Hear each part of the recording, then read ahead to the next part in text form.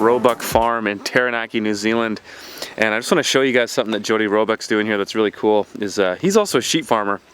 He raises sheep on the pastures around his property, but he also leases land just like I do. And he runs sheep on those leases.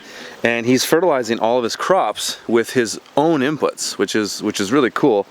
Myself, you know, in my limited and small environment that I don't have animals, I have to buy fertilizers and compost, but Jody's able to make all of his own inputs here, and you know, most of it has to do with the fact that he has that animal husbandry with the sheeps.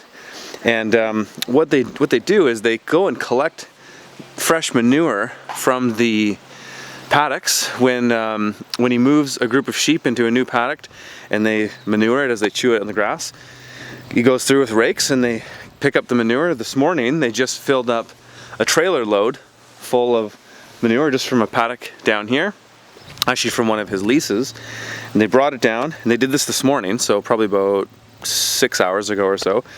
They spread it out and they just let it dry all day, and it's been quite hot, so it's dried out relatively quickly. And then what they've done is they've run a lawnmower over it a few times, just this lawnmower here, and that just kind of grinds it up a bit, dries it out, and then they rake it. And you can see I was just running the tilther through it as well, and they're basically making this into a meal. So I use meal fertilizers. I use the exact same thing, and just dried manures as my main nitrogen fertilizer, so that's what they're doing. And it's just a great, fantastic, simple way to make a meal. You know, so this isn't necessarily a compost replacer.